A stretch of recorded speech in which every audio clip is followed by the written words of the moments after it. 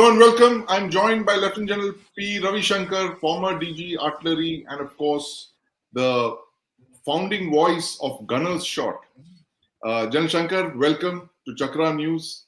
We're talking to you today about the NOTAMs that India has issued. There seem to be NOTAMs in every direction, first in the west and now in the east. Makes sense for us what's going on. Oh, thanks a lot, Sandeep. It's always a pleasure to be with you and discussing. And I must tell every viewer that, if I have to talk about defense and progression in the Indian security system, there's no one else better than Sandeep to talk about. Thank you, sir. I'm most comfortable with him. Right. And he's very knowledgeable. Thank you. Thank you, sir. And right. We'll first talk about our western front, where southwestern rather, in this NOTAM, and you've prepared this very beautiful set of NOTAMs. Right. What are we looking at? Look, there are a whole lot of NOTAMs which have been issued. Right. And, when you disaggregate them, or rather look at it from a different point of view, yes, a picture comes out. First, of course, NOTAMs on the east and the west indicate that India is doing a major exercise. But let me go tell you a story in this. That story is important. This NOTAM here, this is the first NOTAM which was issued, right, by India, which covered the general area of Jaisalmer, North Gujarat, and the Kutch coast. Yeah. Right? Immediately after that, Pakistan came out with their NOTAM. Their NOTAM lasted only for 2 days, right? They're all timed. This NOTAM goes up to 10th November, right? Yeah. It starts, I think, on 2nd November, 1st November to 10th November. They put out this NOTAM. And then, alongside that first NOTAM which we put out another NOTAM for each about 3-4 days each, along from Karwar right up to the Kutch coast, where the Navy has carried out firing already. They've done that part, right? And this NOTAM is fundamentally for exercise Trishul, which commenced yesterday, right? The physical actions, I think, start on 1st or so, or rather 2nd, 1st, 2nd, anyway, today, tomorrow, any one of these days. It started on 30th. But interestingly, when this, after a little while, Pakistan extended their NOTAM to the north also. And they've carried out, of course, their NOTAM again is only for 2-3 days. It's over. It's now free flying. But they've done that. And that's the interesting part. Why did they go all the way here? And right, obviously they're worried about this exercise, right? And I'll tell you why about it, and we'll see. Now this NOTAM has been expanded further to the south in the Arabian Sea, which indicates more of a naval exercise and things like that. Right. Now I go back to this, and let's see now, why have they increased this? Right. That's the point. Which means Pakistan is worried about whatever is happening here. Pakistan is worried about whatever is happening here because if you're going to be here for 10 days and they're not confident, first and foremost, that they feel that this might focus them only on this. In which case, if they lose focus here, right, we can make an entry from here. Right. Action here, but a lot of show here and the entry. Okay. But equally, they're worried about this also, especially with that expanded NOTAM. Yeah. Especially with that. Look, what happens tomorrow if in the process of the next 10 days, you do Op Sindoor 2 and get in? Especially the one from Tanod Bulge, when you get in, Indus is just 35 kilometers away from Tanod. Okay? And of course, you can do this here, Gujarat, Kutch, run of Kutch up north, a mirror of what they did to us in 65.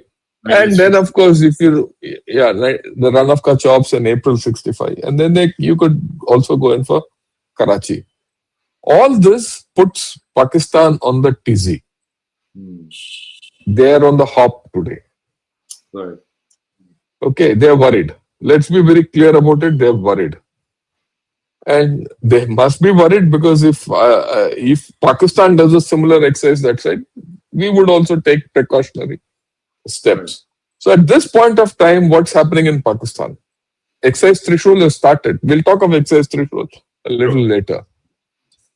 But uh, the what Pakistan, what's the state? Of course, they're not flying or anything, but they would be ready.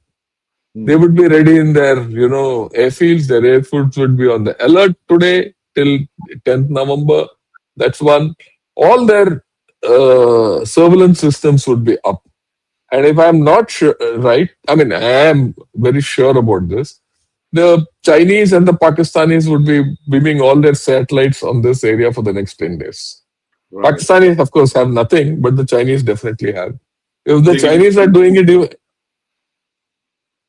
the Chinese are doing it, even the Americans will be doing the same kind of surveillance. So at this point of time, in terms of surveillance, there would be very high surveillance of this area and over entire Pakistan. The Pakistan army, you'll see for the next 10 days, won't talk much by right, and they don't want to invite us in by making a loose statement. right. Right.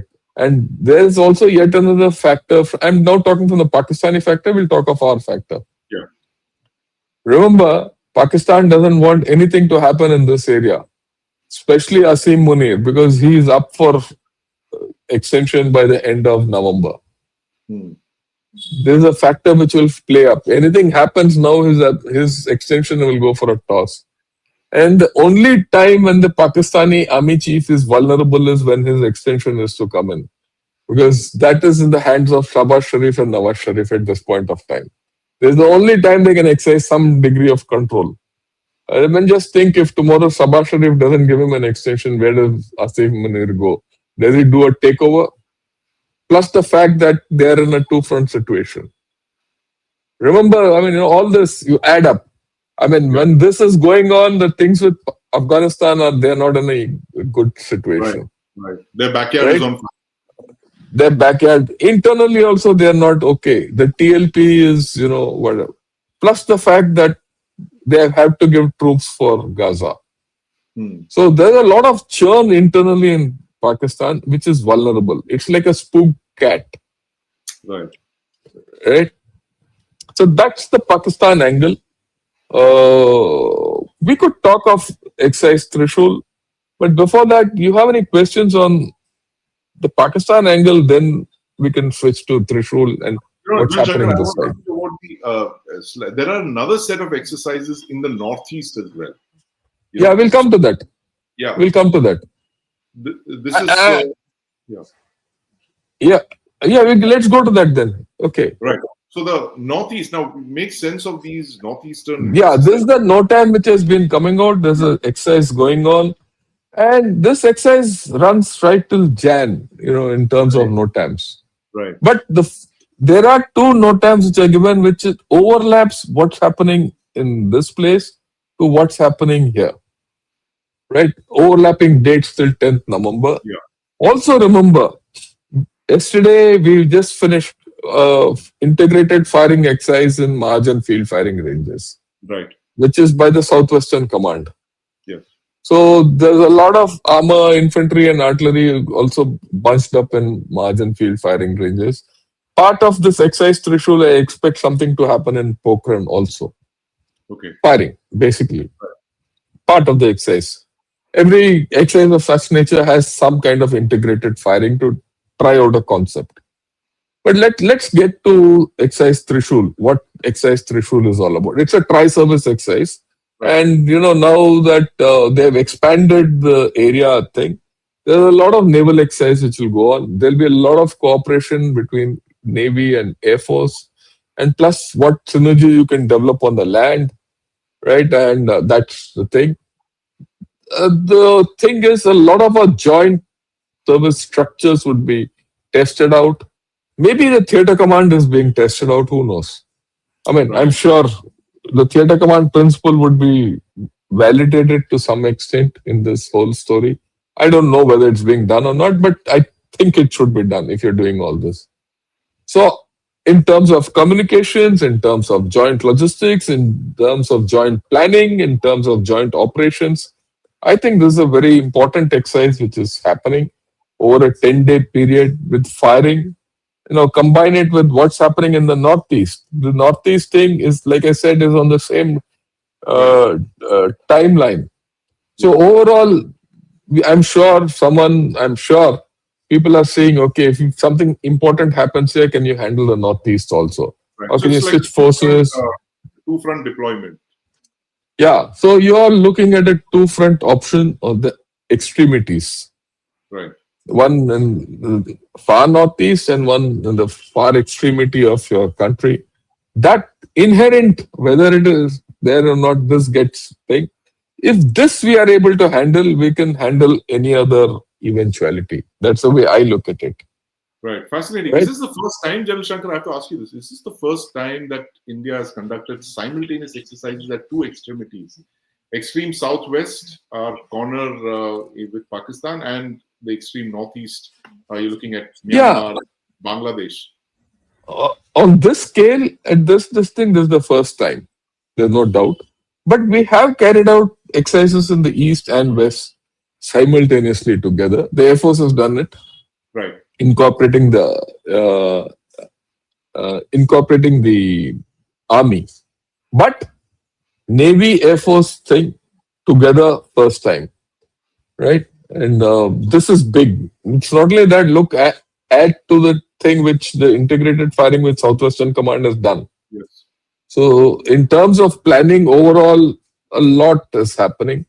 Also remember at this point of time, yesterday the Neoma airbase across the LAC has also been activated, or rather it's been commissioned, whatever you call it.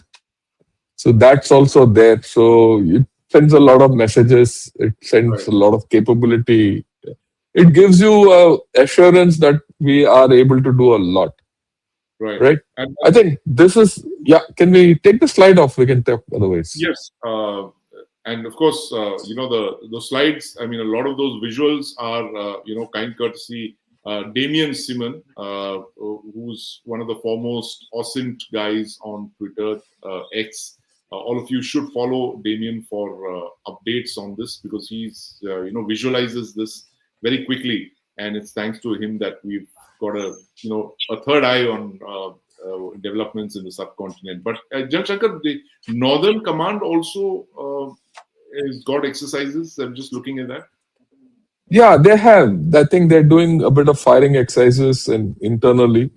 They would be readjusting, especially for the winter, their winter posture they would be taking up. Right. Is this Okay. you see And this plus, as part of these set of exercises, or is that a normal scheduled series of look, exercises? that would be normal schedule, Yeah. but they would be doing something in view of what's happening here. They would be doing something, they would they would also be seeing some movements. So Right. they would Right. be doing something, right? And Astra Shastra. overall, if you see, yeah, Yeah. overall, if you see something happening down south, something happening in the central area in Mahajan, and something in Northern Command, so a certain amount of pressure is put on Pakistan not to misbehave.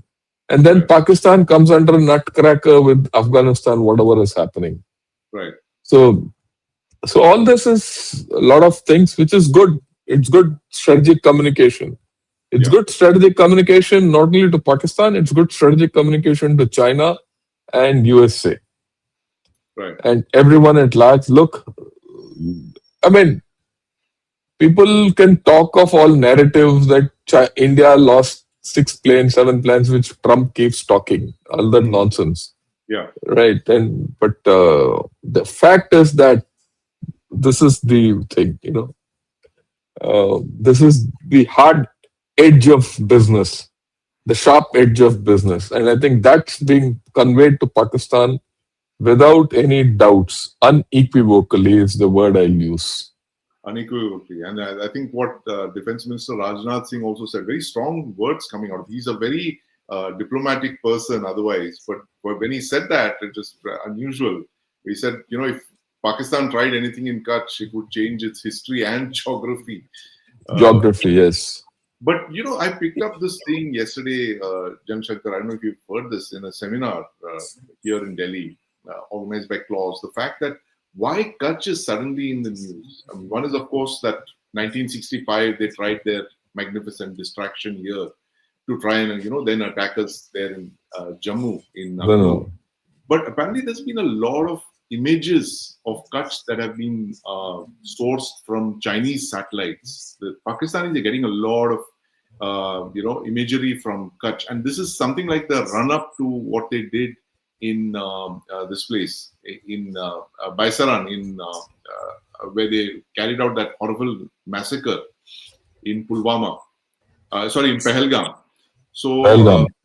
So I think the Indian security establishment believes that they could try something similar in Kutch, and there's been talk of a build-up of infrastructure and all that across the thing. So this is possibly to try Look, and yeah, yeah, it could be to preempt any funny thing. They could have got input of.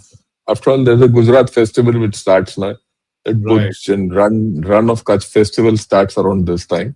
right, So a lot of people would be going there, and from there, if they try something, yes, who knows? Okay, that's one way of looking at it. But the other way of looking at it is they're also worried because a lot of oil finds are supposed to be in this area. hmm. There's news that Pakistan is selling blocks for oil exploration in this area. Right, So if oil comes up here and that becomes vulnerable, right? And if something happens, Pakistan is completely on the back foot. right, So they would have to do. And plus the fact, remember, Pakistan has to show something for itself. right, So all this is there, right? But let me put it this way: action across in this area, which is an international border, hmm. is this is not disputed territory. It's an international border. Is declaring war. Right, You know, in what you can do anything you want across the LOC, and you say Kashmir is disputed. Yeah, wo. Gujarat is not disputed. The boundary in Sar Creek is disputed to the extent whether it is in the median line or the Talweg, as per the Talweg principle, or the eastern bank. hmm. But even if you go by the eastern bank idea of Pakistan, that's the international boundary. Anything beyond that, if Pakistan does anything beyond that, it is war. It's an act of Yes, war. So Pakistan has to be cognizant of that.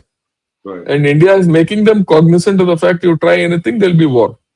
right. And I think these Trishul kind of is Yeah, actually Trishul pointed at them from there. pointed at him. And that's why I showed three arrows. Those are the three logical arrows which come out. Right, And of course, I also take your mind back to what our Prime Minister said. He says next time the opening round will be from the Navy. The opening salvo will be from the Navy. right, Right? So the Navy's area has been expanded, and they would be trying a lot of things. And I'm sure they're trying out future scenarios, how things will evolve in this area. Also remember, Pasni being promised to USA, Chinese presence in Gwadar. The international environment in this area is getting a little more murky. hmm. So, doing things, it's just not a matter of action, it's a matter of thinking through. I'm sure people are doing it. Right, absolutely.